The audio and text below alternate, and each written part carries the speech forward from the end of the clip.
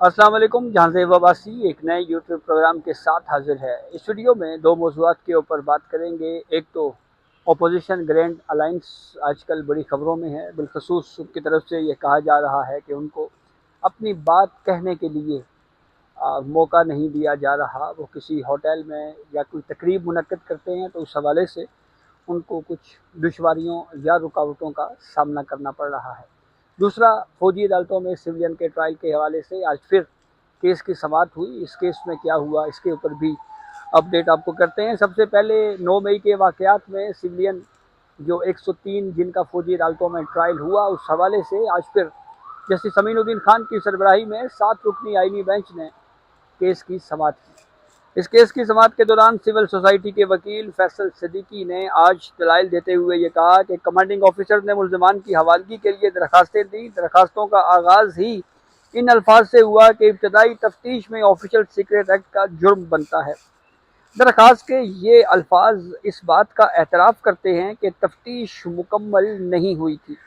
इंसदाद दहशतगर्दी अदालत ने मुल्ज़िमान की हवालगी के लिए जो वजूहात दी वो मुज़ाहिका खेज़ थी।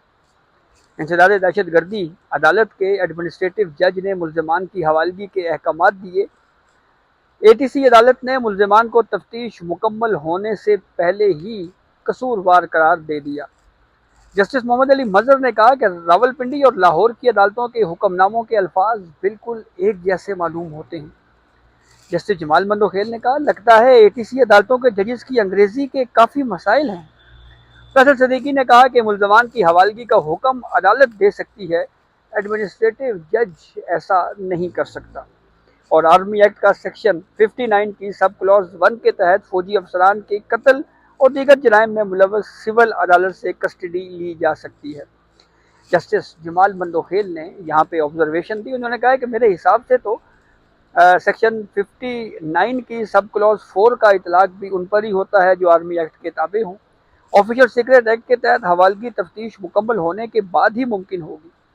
फैसल सिद्दीकी ने कहा कि जिन मुकदमात में हवालगी की दरखास्तें दी गई उनमें ऑफिशियल सीक्रेट एक्ट की दफात आयद नहीं थी। जस्टिस मोहम्मद अली मजहर ने कहा कि एफआईआर में ऑफिशियल सीक्रेट एक्ट की दफात भी शामिल थी। फैसल सिद्दीकी ने कहा कि एफआईआर मुझे रिकॉर्ड पर तो कहीं नजर ही नहीं आई। जस्टिस हसन अजहर रिजवी ने कहा कि हवालगी वाली एफआईआर पढ़े, इसमें इल्ज़ाम फौजी तनसीबात के बाहर तोड़ फोड़ का है। फिर उसके बाद इस केस की समाअत के दौरान अहमद फराज की उस शायरी का भी जिक्र हुआ जिसकी वजह से अहमद फराज को फौजी तहवील में ले लिया गया था। फिर लाहौर हाई कोर्ट में हेबियस कॉप की पटिशन फाइल हुई, उसका भी तस्करा हुआ। फैसल सिद्दीकी ने दलाइल देते हुए कहा कि अदालतें इसीलिए होती हैं कि कानून का गलत इस्तेमाल रोका जाए। अहमद फराज को शायरी करने पर गिरफ्तार किया गया, अदालत ने रिलीफ दिया और अहमद फराज पर इल्ज़ाम था कि उन्होंने शायरी के ज़रिए आर्मी अफसरान को उकसाया है। अहमद फराज और फैज़ अहमद फैज़ के डॉक्टर मेरे वालिद थे, मुझ पर भी उकसाने का इल्ज़ाम लग जाता लेकिन मैं गिरफ़्तार नहीं हुआ। जैसे जमाल मंदोखेल ने हल्के फुल्के अंदाज में ये ऑब्जर्वेशन दी, आपको अब गिरफ़्तार करवा लेते हैं। जस्टिस मुशर्रत हिलाली ने कहा कि अहमद फराज की कौन सी नज़म पर केस बना था, मुझे तो उनकी सारी नज़में याद हैं। फैसल सिद्दीकी ने कहा जी कि आप जजेस के होते हुए मुझे कोई कुछ नहीं कह सकता।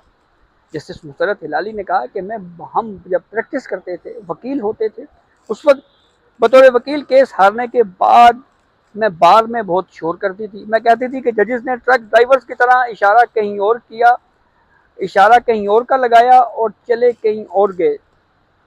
मेरी बात को गहराई से समझने की कोशिश करें। जस्टिस हसन अजहर रिजवी ने कहा कि क्या आप भी ट्रक चलाती हैं?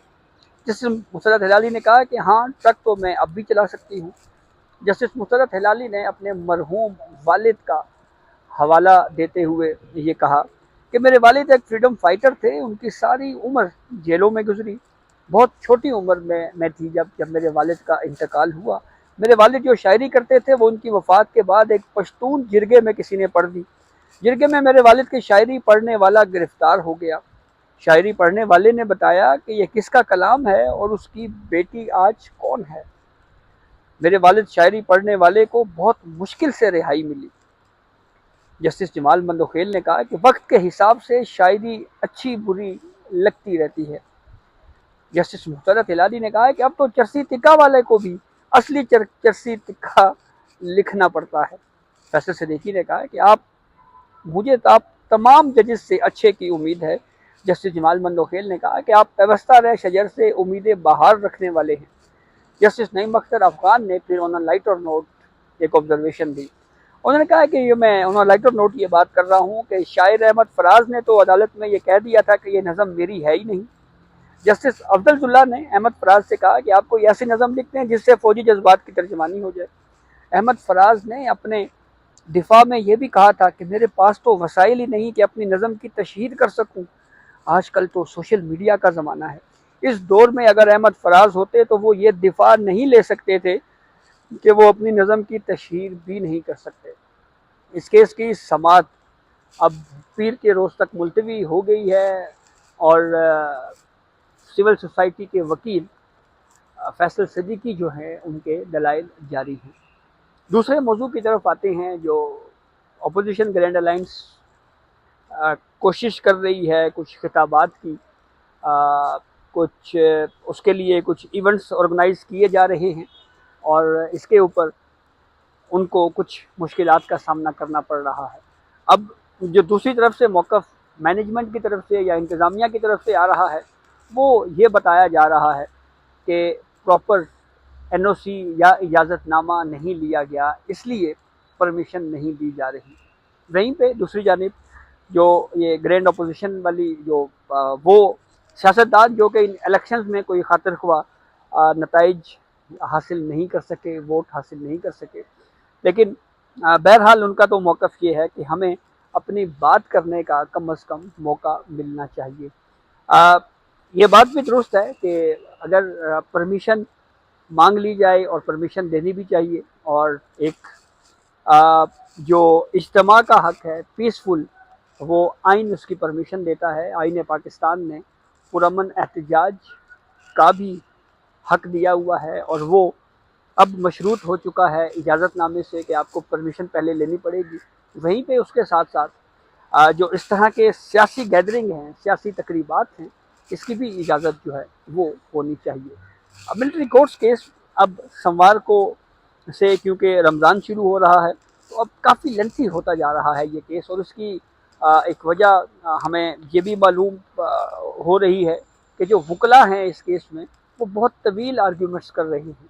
کچھ ججز کی طرف سے سوالات بھی ہوتے ہیں، اس میں بھی کوئی دو رائے نہیں ہے، لیکن یہ ان طویل دلائل کے سبب جو ہے وہ کیس ہمیں، کیونکہ ڈیلی بیسس کے اوپر آئینی بینچ کیس تو سن رہا ہے، لیکن اس کو میرے خیال میں شارٹلی اس کو کنکلوڈ کرنا چاہیے یہ کیس جو ہے وہ، تاکہ مکمل ہو سکے اور اس کو کوئی ڈیسائیڈ ہو سکے۔ کافی تاخیر ہو رہی ہے اس پورے معاملے کے اوپر، تو اگلا ہفتہ اب دیکھنا یہ ہے کہ کیا یہ کیس کنکلوڈ ہو پاتا ہے نہیں ہو پاتا۔